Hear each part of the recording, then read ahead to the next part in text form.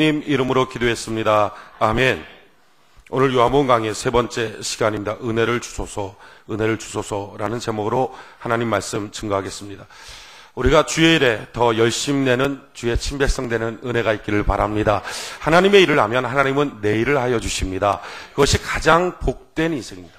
나는 주의 일하고 주님은 나의 일을 해주고, 이것이 가장 복된 거예요. 그래서 나는 주의 일을 막 수고하고 이게 사명으로 사는 거죠. 다른 말로 하면 내게 주신 목숨의 값, 나를 왜 이 땅에 보내주셨는가. 그러니까 사명 갖고 나는 살고 주님은 나의 생업을 책임져 주시고, 할렐루야. 그것보다 더 복된 건 없어요. 그게 예수 믿는 사람의 삶의 모습이에요. 저와 여러분들이 주님의 일하고 주님은 내 일을 해주는 은혜가 있기를 바랍니다. 성경은 이와 같이 말합니다. 마태복음 6장 33절에 너희는 먼저 그의 나라와 그의 의를 구하라. 그러면 이 모든 것을 너희에게 더하시라. 한번 따라할까요? 너희는 먼저 그의 나라와 그의 의를 구하라. 그리하면 이 모든 것을 너희에게 더하시리라. 할렐루야. 성경은요 좀 크게 해야 돼요. 크게. 하나님께 올리는 건 다 크게 하는 거예요. 기도도 크게, 찬송도 크게, 높은 음성으로 하나님께 올려드릴 때 하나님이 그걸 기뻐하신다 그랬어요. 크신 하나님 앞에 크게 올려드릴 수 있는 은혜가 있기를 바랍니다. 다시 한번 하는 거예요. 다시 한번. 너희는 먼저 그의 나라와 그의 의를 구하라. 그리하면 이 모든 것을 너희에게 더하시리라. 할렐루야. 참 놀라운 말씀이죠. 우리가 먼저 그의 나라와 그의 의를 구하면 나머지 내 삶에 필요한 모든 것, 먹을 것, 입을 것, 생활해야 될 모든 것들을 평강도 치료도 회복도 하나님이 공급하여 주시겠다는 것입니다. 할렐루야. 그래서 우리 인생의 가장 복된 것은 내가 주의 일을 하는 거예요. 그러면 주님은 나의 일을 하여 주십니다. 이것이 복된 거예요. 우리 한번 옆분들에게 주의 일하고 주님은 우리의 일을 해주는 복된 인생을 살아갑시다. 이렇게 한 4번 정도 인사합시다.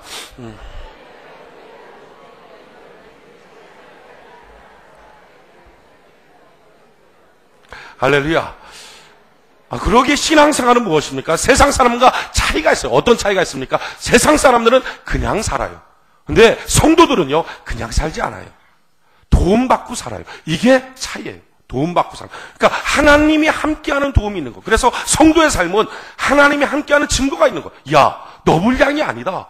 야, 너 차원이 아니다. 너 인생 사는 거 보니까 너만큼이 아니다. 이것이 나타나야 성도의 삶이 되는 것입니다. 그게 성도의 삶이에요. 저는 여러분들 이번 한 주간 살 때 여러분들 분량보다 더 탁월한 인생을 사시기 바랍니다. 여러분들 사는 그 능력보다 훨씬 더 귀한 것들을 얻으시길 바랍니다. 성도의 삶의 특징은요, 하나님의 도움받고 사는 거예요. 주여, 오늘 예배를 통하여 내가 하나님의 도움받고 살게 하여 주시옵소서. 그냥 살면 세상 사람과 성도의 차이가 없잖아요. 도리어 성도들만 더 손해줘. 주일날 쉬지도 못하고 어디 놀러가지도 못하고 예배만 드리고 그러면서 사는 것은 똑같이 산다면 아무것도 아니에요. 저는 여러분들이 하나님의 도움받고 사는 은혜가 있기를 바랍니다. 할렐루야. 근데 하나님의 도움받고 사는 원리가 뭐예요? 너희는 먼저 그의 나라와 그의 의를 구하라. 그러면 나머지 모든 것을 너희에게 더하여 주시게 될 것이다. 이게 하나님 약속이에요. 그러기에 우리가 먼저 뭘 해야 됩니까? 먼저 그의 나라와 그의 의를 구해야 돼요. 내 많은 사람의 착각이 이것이, 주님 내 일을 먼저 좀 해주세요. 지금 내 상황을 좀 먼저 풀어주세요. 내 문제를 먼저 좀 해결해주세요. 그러면 내가 주의 일 할게요. 아니요. 성경이 반대로 말하잖아요. 너희는 먼저 그의 나라와 그의 일을 하라. 그리하면 나머지를 모든 것을 너희에게 더하여 주시게 될 것이다. 그래서 믿음이에요. 지금 내 상황은 안 되는데, 내 처지는 안 되는데 먼저 주의 일을 하는 거예요. 여러분 보십시오. 우리 성도들에게 하나님은 놀라운 복을 주시는데 이런 복을 주십니다. 문제가 생기면 그 문제 앞에 꼭 주의 명령을 주세요. 그럼 사람들이 생각할 때, 내가 지금 이 문제만 해도 너무 힘든데 어떻게 내가 주의 명령 감당하냐고 이렇게 부담스럽게 아니요. 그게 아니라요. 사실은 그 문제를 해결할 수 있는 유일한 방법치가 있다면 그 명령이에요. 그 명령 붙잡으면 그게 동아줄이에요. 그거 갖고 올라가면 하나님은 내 삶의 모든 문제를 해결하여 주시는 것입니다. 이게 하나님의 축복과 은혜예요. 그러니까 꼭 내 삶에 어떤 부담스러운 명령이 있어요. 그 명령 붙잡는 거예요. 그 명령. 먼저 하는 거예요. 저는 오늘 여러분들이 먼저 하는 믿음이 있기를 바랍니다. 아멘. 먼저 하는 믿음, 먼저 하는 믿음. 먼저 주의 일을 하면 나머지 모든 것을 주님이 책임져 주시게 될 것입니다. 이번에 금요일날 밤에 이제 토요일날 말씀 준비하기 위해서 금요일날 밤 집회를 마치고 선교 집회 마치고 올라왔어요. 올라오는데 교통사고 났어요. 고속도로에서. 노성재 목사님 차 운전하고 저는 그때 이제 감기무사 할 때문에 감기약을 먹고 살짝 이렇게 선잠을 자고 있는 상태인데 너무 용맹스러운 거예요, 노성재 목사님. 그렇게 난 용맹스러운 거 처음 봤어요. 빙판길인데 그걸 150을 놓고 달리더라고요. 차가 잘 나간다 이러면서 깜짝 놀라서 이제 눈을 딱 봤는데 차가 떠 있는 거예요. 길로 안 가고 이렇게 차가 비행기처럼 떠다녀요. 그래갖고 제가 노성재 목사님, 차가 이게 바퀴가 좀 이렇게 고속도로를 달려가야 되는데 이렇게 뜨네요, 자꾸 차가. 그랬더니 노성재 목사님이 그러네요. 좀 차를 이렇게 속도를 좀 줄여야 되겠네요. 한순간에 이미 늦은 거예요. 그러니까 그냥 150으로 그냥 제어가 안 돼요, 거기서는. 그렇게 해서 그게 고속도로 상에서 휙 돌면서 그 상해선 하해선 그 나누고 있는 그거를 차가 그냥 받아버렸어요. 그러고서는 거기서 다시 한 바퀴를 뱅그로 돌아서 옆에 있는 가드레일을 또 받아버렸어요. 그렇게 바치고 났는데 이제 그리고 이제 차에서 나와서 보니까 너무 감사한 것이 다친 데가 없어요. 차는 심하게 좀 문제가 되는데 다친 데가 없어요. 근데 또 라지에타도 괜찮고 엔진도 괜찮고 그래서 그걸 또 살살 몰고 서울까지 또 올라갔어요. 전라도 부안에서 그렇게 됐는데 서울까지 올라왔어요. 그래갖고 좀 이상해요. 이렇게 목을 움직일 때 로봇 소리 나요. 따다닥 따다닥 이렇게 소리가 나요. 근데 참 놀라운 것은요. 그 정도 부딪혔으면 이게 뭐가 사람이 좀 문제가 돼야 되고 굉장히 좀 심하게 부딪혔는데 150으로 가서 그냥 받아버렸는데 브레이크 하나 못 잡고 근데 그리고 막 뱅글을 누르고 또 받고 그러니까 만약 뒤에서 어떤 차 쫓아갔으면 좀 큰일 날 뻔했죠. 근데 차가 다행히 아무 차도 없었어요. 너무 감사한데 근데 이상한 것은 뭔지 모르게 이렇게 손으로 좀 이렇게 잡아주는 것 같은 느낌을 받았어요. 그래서 제가 그걸 어떻게 알았냐면은 제가 앞에 앉았고 제 이제 조수석에 앉은 근데 진짜 조수석이 제일 많이 부딪히더라고요. 운전자는 아무래도 본능적으로 이렇게 자기를 쪽을 피하는 것 같아요. 이쪽이 이제 좀 더 심하게 부딪힌 것 같아요. 제가 그걸 좀 나중에 좀 따져보려고 그러긴 해요. 제가 사진을 찍어놨어요. 그걸 증거 삼으려고 이렇게 이쪽 운전석 쪽은 조금 덜 부딪히고 이쪽은 심하게 부딪혔더라고요. 근데 뒤에 저희 집사님이랑 저희 딸 혜신이가 자고 있었거든요. 혜신이 이제 누워서 자고 있었는데 안 일어나고 서울 올 때까지 계속 잤어요. 걔가 그 사고가 나는데 중간에 물어봤어요. 안 아프니? 혜신이 대답이 졸려. 큰 사고인데도 불구하고 잡아주더라고요. 제가 이런 마음이 가졌어요. 만약에 선교 갔다 온 게 아니고 어디서 놀러 갔다 왔다면 똑같은 이런 상황에서 어땠을까? 주의 일할 때 주님이 생명도 잡아주시고 인생도 잡아주시는구나. 그래요. 우리가 주님의 일하면 주님은 우리의 모든 것을 채워주시는 것입니다. 그러기에 여러분들이 참 복이 있는 인생 사는 비결은요, 열심히 주의 일을 하는 은혜가 있기를 바랍니다. 지금 자기 앞에 무엇인가 닥치면 닥칠수록, 일이 많으면 일이 많을수록, 힘들면 힘들수록 사실은요, 그 모든 것 우리가 못 해결해요. 하나님의 도움받아 해결돼요. 근데 도움받아서 해결하기 위해서 꼭 필요한 게 있는데 주님 명령이 있단 말이에요. 그냥 도와주세요, 그냥 도와주세요가 아니고요. 주님 날 도와주기 위해서 명령을 주세요. 이거 해라, 이거 해라. 그럼 우리가 생각할 때는 지금 내 코가 석자인데 어떻게 주의해라. 아니요. 그게 해결이에요. 그게 열쇠예요. 내가 지금 힘들어 죽겠는데 새벽 예배 나와라. 그게 열쇠예요. 힘들어 죽겠는데 주일날 예배 나와라. 그게 열쇠예요. 돈이 하나도 없는데 11조 드려라. 그게 열쇠예요. 그 어떤 부담감이 아니라 사실은 그게 축복이에요. 여러분, 먼저 그의 나라와 그의 일을 감당하면 나머지 모든 것을 주님이 책임져 주시는 것입니다. 할렐루야. 이번에 우리 선교 같아요. 1월달 한 달 동안 멋지게 했어요. 하나님 우리의 모든 것을 책임져 주실 줄로 믿습니다. 할렐루야. 그런데 우리가 이 원리를 알고 있어서 막 주의 일을 먼저 하겠습니다. 아멘! 하고서 명령 내릴 때 명령을 딱 잡아요. 근데 문제는 그렇게 하고 어떻게 내 일을 주님이 도와주시나 보자 하고 이렇게 보려고 그러는데 어떤 경우에는 하나도 안 해주실 때가 있다는 거예요. 도리어 더 엉망진창될 때가 있어요. 아니 주님이 어떻게 이럴 수 있습니까? 말씀해 보니까 먼저 그의 나라와 그의 일을 구하면 나머지 모든 것 해준다 해놓고 어떻게 이렇게 망쳐놓습니까? 안 됩니까? 할 때가 있어요. 네, 이유가 있습니다. 말씀이 틀린 게 아니라 이유가 있어요. 그 이유가 뭐냐면 다시 한번 제가 읽을 테니까 잘 들어봐요. 마태복음 6장 33절에 너희는 먼저 그의 나라와 그의 의를 구하라. 그러면 이 모든 것을 너희에게 더하시리라. 그의 나라, 주님의 일이죠. 주님의 사건이죠. 주의 역사예요. 주의 명령이. 그게 그의 나라예요. 그의 나라를 구하라. 그러면 나머지 모든 걸 더해주겠다. 아니요. 그 사이에 한 가지 조건이 또 있어요. 그 조건이 뭡니까? 그의 의. 그러니까 주님이 일을 할 때 꼭 필요한 게 뭡니까? 예수 그리스도의 의. 할렐루야. 내 의가 아니라 예수의 의를 구하라. 그리하면 나머지 모든 것을 더하여 주시게 될 것이다. 그러니까 주님의 일을 할 때, 예배 드릴 때든 선교할 때든 봉사할 때든 전도할 때든 무엇을 하든지, 11조를 드릴 땐 감사원금 드릴 땐 어떤 경우도 다 마찬가지예요. 꼭 필요한 것은 주님의 일을 할 때는 주님의 일만 하는 게 아니라 반드시 예수 그리스도의 의를 구하시기 바랍니다. 내 의를 구하면 안 돼요. 예수의 의가 빠지면 내 의가 나타나요. 내 자랑이 나타나요. 내 자랑 빼버릴 때 그때부터 하나님이 도와주시겠다는 거예요. 그때부터. 바리새인들이 참 멋지게 주님의 일 많이 했어요. 구제도 많이 하고 11조도 많이 내고 할 수 있는 건 다 했어요. 근데 다 했는데도 불구하고 예수님이 그들을 보면서 이 독사의 자식들아 그랬거든요. 근데 왜 그랬느냐? 이유는 바리새인들이 하는 일들은 다 자기 자랑, 자기 의였어요. 그들은 율법 갖고 시작했어요. 율법은 뭐냐면은 의무감, 죄책감이에요. 그러니까 항상 무엇인가를 할 때는 꼭 의무감, 내가 안 하면 안 되지 않은 의무감, 또는 죄책감, 안 하면 더 터질 것 같은 죄책감. 그러니까 의무감과 죄책감으로 시작하다 보니까 거기서 무엇인가를 하면 자기 공로가 돼요. 그래도 나는 했어, 이게 돼요. 근데 자기 공로가 되면 반드시 그것은 자기 자랑이 돼요. 자기 자랑이 되면 그냥 있는 게 아니라 꼭 자기는 교만해지고 안 한 다른 사람들 향해서는 정죄하기 시작해요.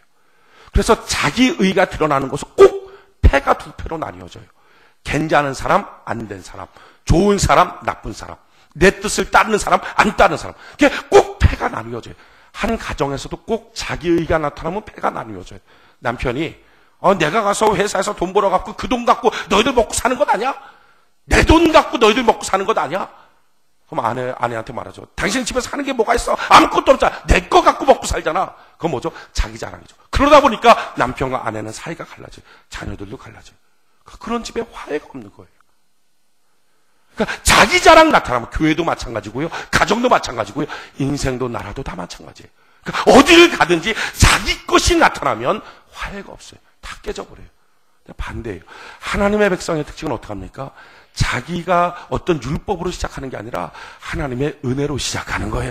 주님 주신 그 사랑 은혜가 너무 감사해요. 너무 감사해서 은혜로 하다 보니까 감사가 나오고, 감사가 나오다 보니까 예수 그리스도만 막 자랑하게 되고, 예수님 자랑하다 보니까 자기가 없고, 예수님 자랑하다 보니까 주님 주신 모든 것들 앞에 참 겸손하고, 다른 사람들 앞에서 사랑이 넘쳐요. 이거 나 같은 사람들 쓰신 하나님, 당신같이 멋진 사람은 더 많이 쓰실 것입니다. 당신 한번 해보세요. 하는 사랑이 넘치는 거예요. 그래서 하나가 되기 시작해요. 여러분, 예수의 의가 있는 가정이 하나가 되는 것입니다. 예수의 의가 있는 교회가 하나가 되는 것입니다. 예수의 의가 있는 나라가 하나가 되는 것입니다. 자기의, 자기 것, 이게 빠져야 돼요. 주의 일 많이 하면서 자기 자랑하면요, 거기는 분리만 있어요. 그럼 불화만 있어요. 다툼만 있어요. 열심히 주의 일하고 돌아와서 싸우는 가정들이 있어요. 왜 그렇습니까? 자기 자랑이 넘쳐서 그래요. 자기 자랑이 빠져야 돼요. 주님 말씀하는 거예요. 주의 나라 구했니? 그럼 꼭 필요한 게 그 다음에 너 의 말고, 너 자랑 말고 예수 자랑, 예수 의를 붙들라. 그리하면 나머지 모든 것을 너희에게 더하여 주시게 될 것이다. 할렐루야. 이게 법칙이라는 거예요. 그러면 지금 여러분들의 마음속에 내 의가 있는지 예수의 의가 있는지를 한번 점검해 보는 거예요. 제가 점검할 수 있는 것을 말씀드릴 텐데, 종이를 한 장씩 드릴 거예요. 근데 그것을 마음속에 넣었다 빼서 붉은색이 되면 자기 의가 있는 거고요.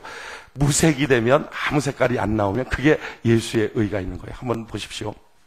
다윗이 하루는 전쟁을 나갔어요. 전쟁 나갔다 돌아왔더니 아말렉이 와서 그냥 전쟁을 해갖고 처자식들 다 뺏어가 버렸어요. 있는 거 물질 다 뺏어가 버렸어요.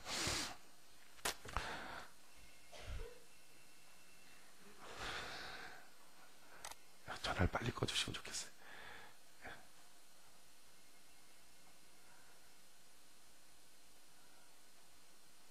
껐어요. 감사해요. 그리고 그 앞에 분은 좀 일어나시라고 해요. 이수야. 저를 보세요. 그래. 저를 보세요.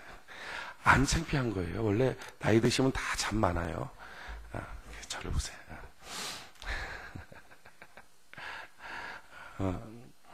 다윗이 나가서 전쟁을 하고 왔는데 처자식들 다 아말렉한테 뺏겨갔어요. 그러니까 막 다윗의 부하들이 이럴 수 있냐고 막 분통이 터져갖고 저 다윗 때문에 우리 인생 망쳤다고 다윗 쳐서 죽이자고 돌을 들고 다윗 다 치려고 그래. 너무 답답한 거예요. 그 답답한 상황 속에 다윗이 무릎 꿇고 하나님께 기도해. 하나님 내게 힘을 주세요. 하나님의 은혜가 임해요. 하나님의 능력이 임하기 시작해요. 그러니까 그걸 보니까 부하들이 또다시 다윗 앞에 다 복종하기 시작했어요. 다윗이 일어나서 나가서 우리 전쟁하자. 이거 싸우자. 다시 얻자. 하고 나간 거예요. 600명의 군사가 쫓아갔어요. 근데 쫓아오다가 200명 중간에 힘이 없대. 지쳤대요. 더 이상 못 가겠대. 결국 다 그냥 누워버렸어요. 400명만 데리고서 갔어요. 갖고 전쟁에서 이겼어요. 이기고 돌아왔어요. 계약금 처자식을 다 다시 찾고 전리품들 다 얻어갖고 어마어마한 대승을 거둬서 돌아왔어요. 근데 그렇게 돌아왔을 때의 광경이에요. 성경에 뭐라고 나오느냐. 사무엘상 30장 21절 이하에 보면 다윗이 이왕에 피곤하여 능히 자기를 따르지 못하므로 부솔 시내에 머물게 한 200인에게 오매 그들이 다윗과 그와 함께한 백성을 영접하러 나온지라 다윗이 그 백성에게 이르러 문안함에 다윗과 함께 갔던 자 중에 악한 자와 비류들이 다 가로되 그들이 우리와 함께 가지 아니하였은즉 우리가 도로 찾은 물건은 무엇이든지 그에게 주지 말고 각 사람의 처자만 주어서 데리고 떠나가게 하라 하는지라. 이게 무슨 말인지 알겠죠? 지금 200명 안 따라왔으니까 전쟁 참여도 안 했으니까 저 사람들 우리가 여기서 싸워서 얻은 거 주지 말고 처자식만 데리고 그냥 가게 하라. 꼴도 보기 싫다. 힘들 때 도와주지도 않냐. 저런 인간들은 인간도 아니야. 떠나가라 그래. 지금 이렇게 말했다는 거죠. 그런데 다윗이 여기서 이런 고백을 해요. 뭐라고 고백하냐면은 다윗이 가로되 나의 형제들아 여호와께서 우리를 보호하시고 우리를 치러 온 그 군대를 우리 손에 붙이셨은즉 그가 우리에게 주신 것을 너희가 이같이 못하랴. 무슨 말합니까? 야, 너희가 전쟁에서 이긴 게 아니야. 너희가 싸워서 이긴 게 아니라 하나님이 붙여줘서 이긴 거야. 하나님이 도와줘서 이긴 거야. 하나님이 이기게 하셔서 그래서 이긴 것 아니니. 너희가 한 게 아니잖아. 하나님의 은혜로 한 거잖아. 그렇다면 왜 하나님의 은혜로 한 것을 꼭 너희가 싸워서 얻은 것처럼 너 것처럼 여기니? 그럴 수 없어. 그래서 법을 정합니다. 어떤 법을 정하느냐? 그러므로 전쟁에 내려갔던 자의 분깃이나 소유물 곁에 머물렀던 자의 분깃이 일반일체니 같이 분배할 것이니라 하고 그날부터 다윗이 이것으로 이스라엘 율례와 규례를 삼았더니 오늘까지 이르더라. 무슨 말입니까? 갔던 자나 안 갔던 자나 똑같이 분배받는 법을 만들었다 하는 거예요. 자, 예를 들면 이런 거예요. 이번에 우리 선교 갔다 왔어요. 그래서 선교 갈 때 가자, 선교 가자. 그랬더니 갈게 이러다 또 안 가. 이럴 수도 있고 또 안 가요. 뭐 이런 아무튼 그렇게 속을 띠게 썩이는 거죠. 그러다가 뭐 간다. 결국 안 가버렸어. 안 가고 이제 딱 선교 끝나고 돌아오고 난 다음에 하나님이 놀라운 은혜와 은총과 축복을 주시는데 나보다는 그렇게 속삭였던 사람한테 듬뿍 그의 일을 먼저 해결해 주시는 거예요. 그러면 속에서 뭔가 뭐야 올라오는 요게 자기의예요. 거기에 있는 게 자기의예요. 예를 들어서 어떤 문제가 있어서 열심히 기도해요. 막 금식 기도하고 막 내 기도할 때 옆에 있는 사람한테 내 기도에 좀 동역자가 되죠. 싫어 안 해. 기도 안 해. 막 이랬는데 열심히 기도했는데 자기 문제가 해결되는 게 아니라 이 사람 문제가 해결돼 버렸어요. 하나님이 이 사람 문제를 기적적으로 해결해 주시는 거예요. 그리고 밤에 꿈속에 보여주는 거죠. 사실은 너가 해결한 게 아니라 이 사람 기도해서 너 문제 해결한다. 이렇게 도와주고. 결국 이 사람이 막 전화를 한 거예요. 전화해갖고 야 너무 고마워. 사실 난 그냥 놀기만 했는데 너가 기도한 덕분에 하나님이 내 거 도와주는데 꿈에 그렇게 보여주시더니 그대로 해주시더라. 하나님이 그런 거예요. 근데 그 전화를 받는 순간에 뭐야 이게 자기의해. 왜 그러죠? 내가 한 게 아니라 기도하게 하신 것도 주님의 사랑이요 주님의 은혜라는 것입니다. 선교도 주님의 은혜고. 저는 우리 교회는 모든 성도들이 선교를 다 가길 원해요. 한 번이 아니라 3번 다 가길 원해요. 저는 이렇게 생각합니다. 선교 갈 수 있는 건강도 주시고 그 마음도 주시고 믿음도 주시고 선교 갈 때 믿음 없으면 가겠어요. 돈도 주시고 환경도 맞춰주시고 그러니까 이렇게 다 할 수 있게 평생 살 수 있으면 그 사람 복 받은 사람 아닙니까? 그 사람 복 받은 거죠. 막 3주씩 비워도 회사 다 돌아가고 자기 직장에 자기 자리 그대로 있고 막 3주씩 비우고 와도 당신이 오기만을 기다렸다 막 사장이 그러고 그러면서 월급 받고 이럴 수만 있다면 그 사람 복 받은 거 아니에요? 저는 그리고 여러분들이 이런 기도 했으면 좋겠어요. 주여 내가 교회에서 이제 앞으로 3주뿐만 아니라 4주, 5주만 이렇게 늘어날 텐데 주여 이렇게 다 하고도 남을 수 있는 은혜와 복을 내게 부어 주시옵소서. 그걸 생각한다면 이미 갔다 온 게 은혜 아닙니까? 이미 갔다 온 게 복 아니에요? 맞아요. 주의 일을 하는 건요, 하는 게 이미 복입니다. 쓰임받고 있다는 게 이미 복이에요. 그 사실을 우리가 깨닫고 있다면, 맞아요, 주님.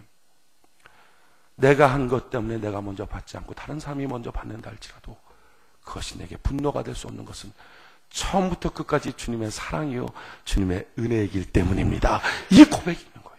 이 고백이 있는 사람이 은혜로 감사로 하는 거예요. 오늘 성경 본문에 보면 이렇게 은혜로만 사는 한 사람이 있어요. 그게 바로 침례 요한이에요. 우리 침례 요한의 모습 한번 봅시다. 요한복음 1장 19절.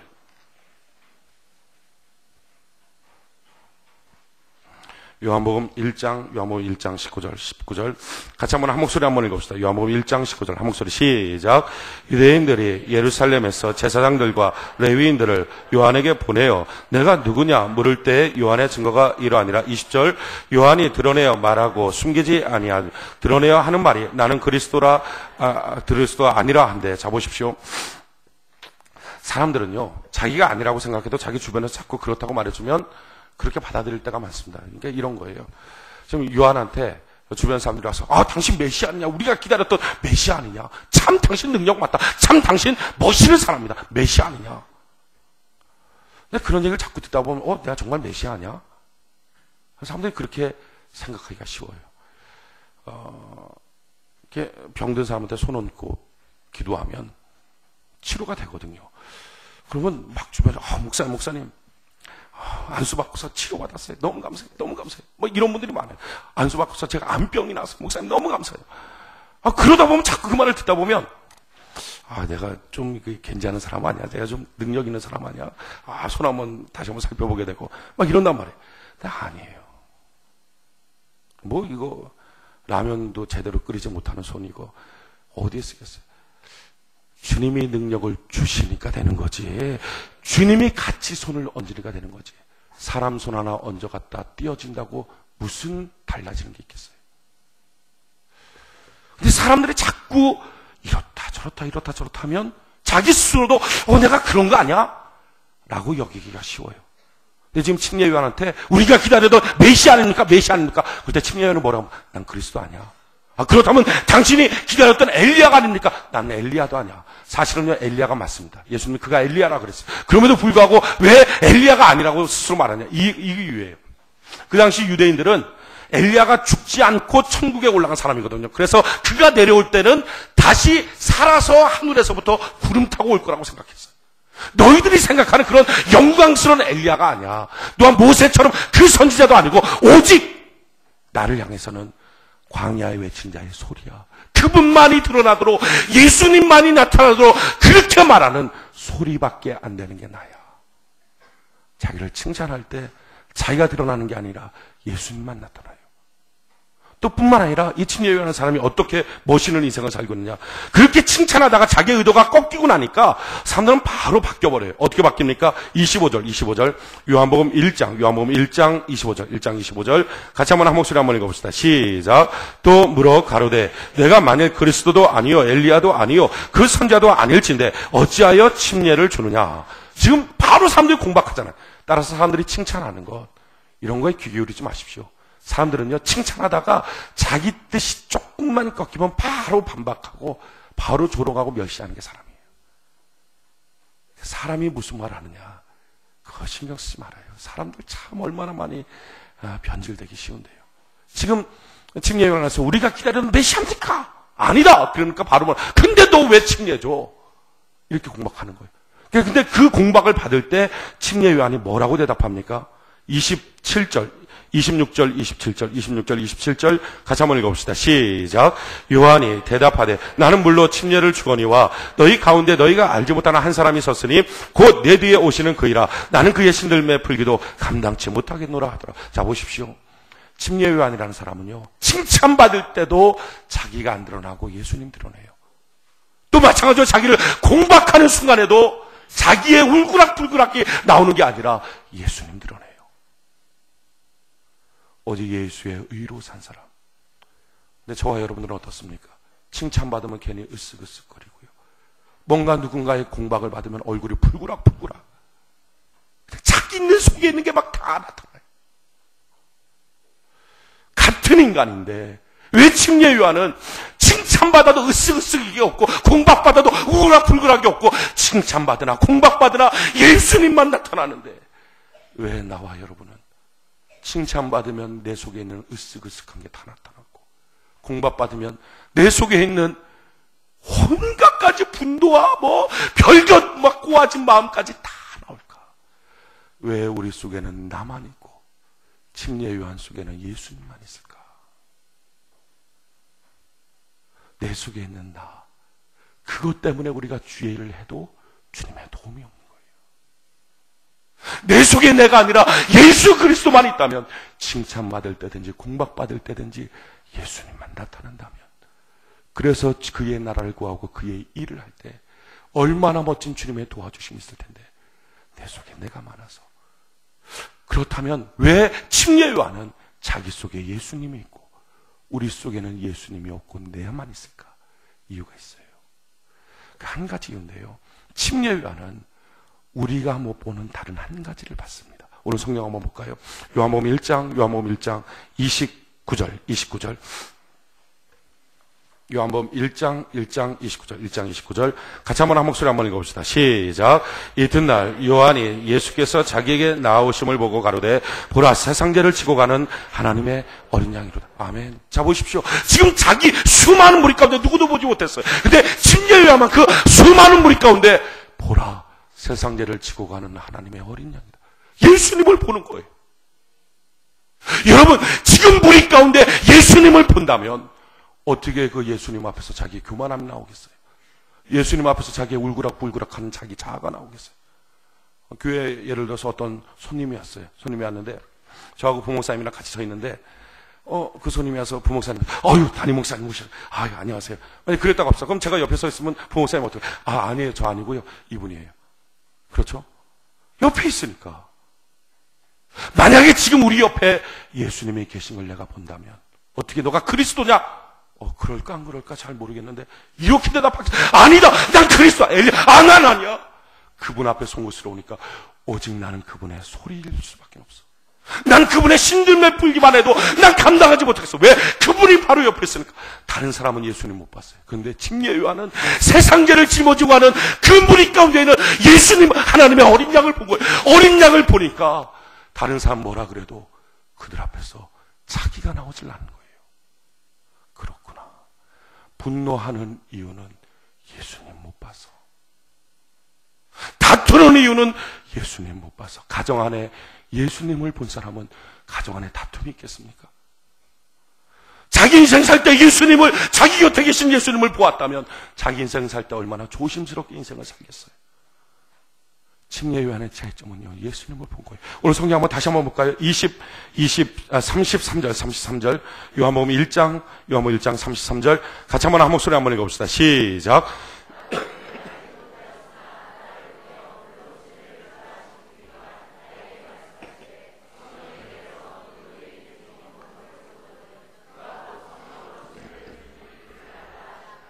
아멘. 성령이 하늘로부터 내려오는 것을 보고 그가 바로 예수라는 것을 제가 알았다는 거예요. 하나님의 영광을 볼 수 있다면, 하나님의 임재를 볼 수 있다면, 지금 만약 여러분들이 예배 가운데 예수님이 옆에 계신 것을 여러분들이 눈을 열어서 볼 수만 있다면 여러분들 눈이 어떻게 바뀔까요? 여러분들 귀가 어떻게 바뀔까요? 지금 여러분들의 마음이 어떻게 바뀔까요? 지금 여러분들의 예배드리는 자세가 어떻게 바뀔까요?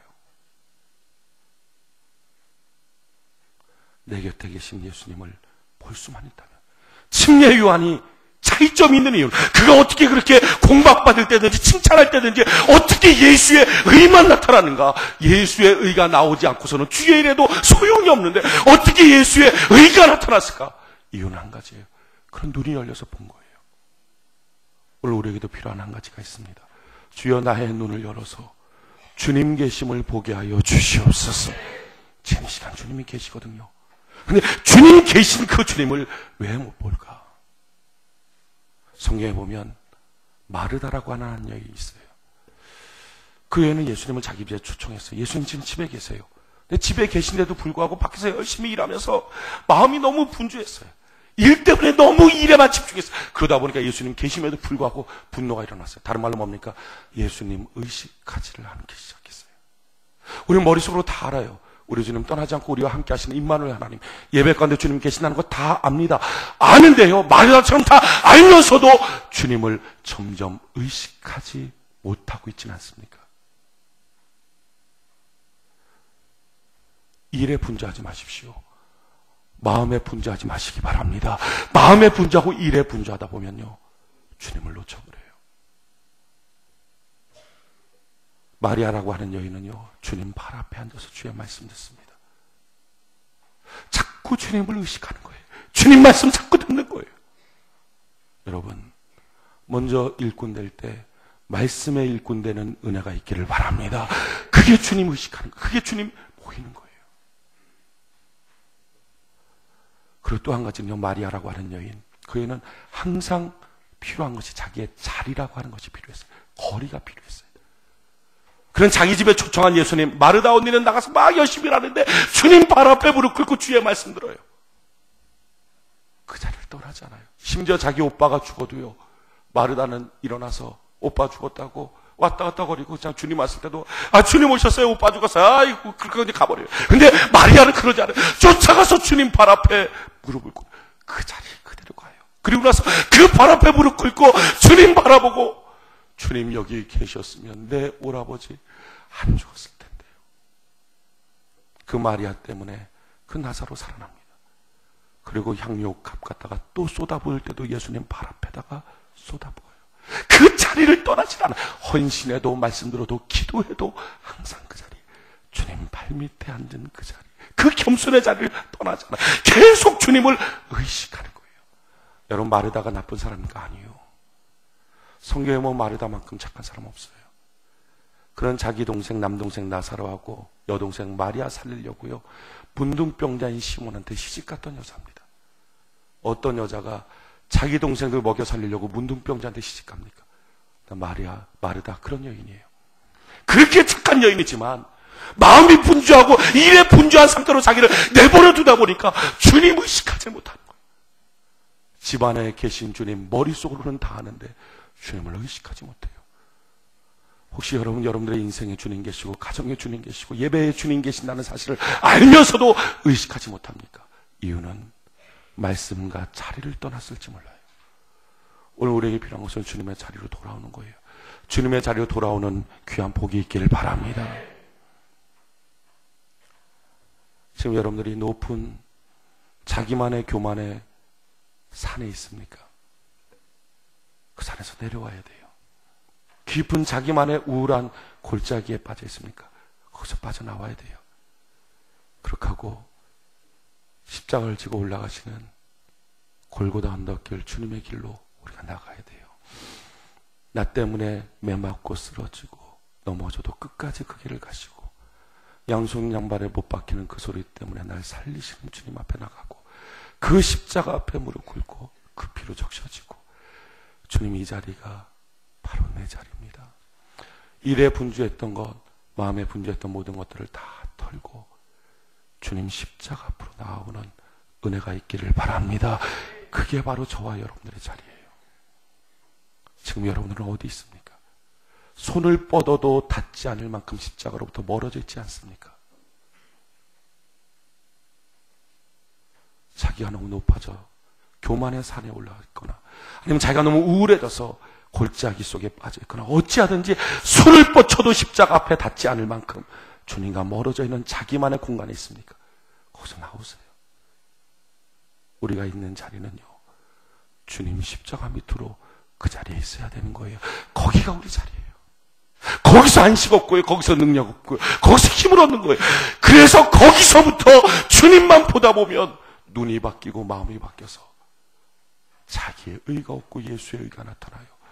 예수의 의가 나타났을 때 기도 한 번만 해도, 예배 한 번만 드려도, 주를 위해 봉사 한 번만 해도, 헌금 한 번만 드려도 내 모든 것을 더해 주시는 하나님의 역사를 체험할 수 있게 된다는 거예요. 이게 하나님의 말씀이에요.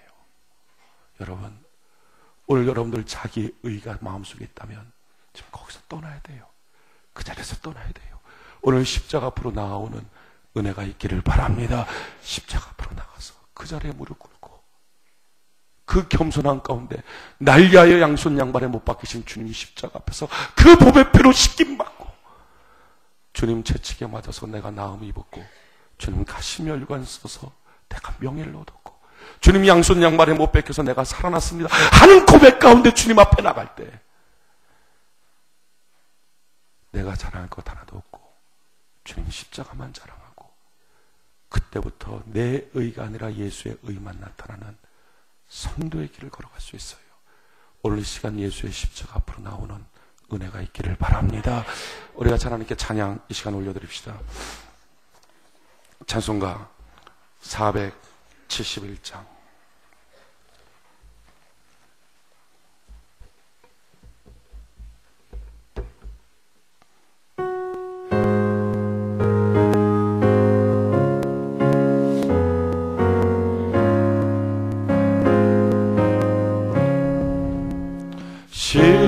십자가 그늘 밑에 나시기 원하네.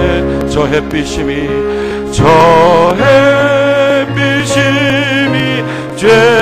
죄이고 또 짐이 무거워 이 광야 같은 세상에 늘 방황할 때에 주 십자가의 그늘에 내쉬고 찾았네. 내 눈을 밝히던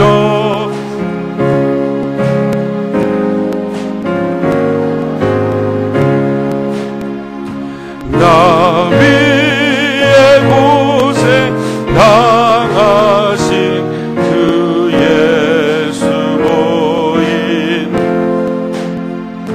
그 영상 볼 때 내 맘에 큰 진리만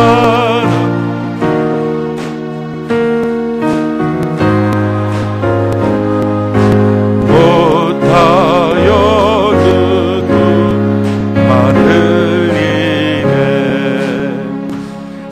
십자가 그늘에서 나 길이 살게 나 광채는 주 얼굴뿐이라 이 세상 나를 버려도 나간 게 없고 내 영광은 십자가뿐이.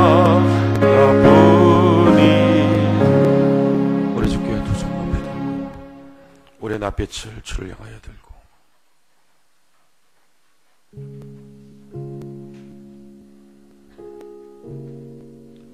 주의 험한 십자가 붙들기 전에는 누구도 자기의 의 내세웁니다. 겸손한다라고 말하면서도 교만합니다. 이렇게 겸손할 수 있는 자기 자아 때문에 또 교만해집니다. 옳은 걸 가지면 옳다고 교만해지고 틀린 건 가지면 고집하여 교만해지고 우리 평생 자기 자아, 자기 자랑 벗어날 길 없습니다. 나라고 하는 골짜기, 나라고 하는 높은 산 내려와서 골고다 언덕길 십자가 지고 가시는 예수님 만나면 그때부터 달라집니다. 왜 저분이 저렇게 채찍에 맞을까? 왜 저분이 저렇게 고통당하며 걸어갈까? 쓰러져도 또 일어나고 쓰러져도 또 일어나며 왜 걸어갈까? 골고다 언덕 올라가서 십자가에 꽉 못 박히고 가시면류관 쓰고 옆구리에 창 박히며 높이 들릴 때 그때 깨닫습니다. 하나님이 이처럼 날 사랑하시는구나. 그가 찔림으로 내가 나음을 입었고, 그가 채찍에 맞음으로 내가 나음을 입고, 그가 찔리고 그가 상함으로 내가 용서받았구나. 나는 공로 없습니다. 주님만이 나의 자랑입니다 하는 고백이 나오고, 그때부터 예수의 의가 나타나며 삽니다. 오늘 이 시간 이 예배 가운데 여러분, 자기의 골짜기에 있습니까? 자기의 높은 산에 있습니까? 거기서 나오세요. 나와서 골고다 언덕길로 나아가 보십시오. 날 위하여 십자가 지고 가신 예수님 보고요, 그 십자가 앞에 무릎 꿇읍시다. 이 시간 우리 주여 3번 부르고, 우리 주 앞에 우리가 서 있어야 될 자리에, 우리가 마땅히 무릎 꿇어야 될 자리 앞에 우리가 찾아가서 무릎 꿇는 은혜가 있기를 바랍니다. 우리 주여 3번으로 주 앞에 이 시간 기도합시다. 주여, 주여, 주여, 살아계신 내 아버지 하나님, 주님 발 앞에 나아갑니다. 주님 십자가 앞에 나아갑니다. 아버지 하나님, 나는 공로없습니다. 날 위하여 채찍 맞으시고 내가 나음받았습니다. 날 위하여 십자가 지시고 걸어가신 그 은혜, 못 박히시고 가시는 은혜가 쓰시는 그 은혜의 그 사랑, 살이 찢기고 피가 터지며 쏟아지신 그 사랑 때문에 하나님 내가 살고요, 지금 내가 이 시간 이 자리에 있습니다. 주님 사랑, 주님 은혜 너무 감사합니다. 아버지 하나님, 세상 죄를 짊어지고하는 어린 양 예수님, 이 가운데 불때 길이 없습니다. 오직 지금까지 내 자랑하며 살았던 걸 용서하여 주시고 평생 예수님 자랑하며 살 수 있도록 주여 넣으시옵소서.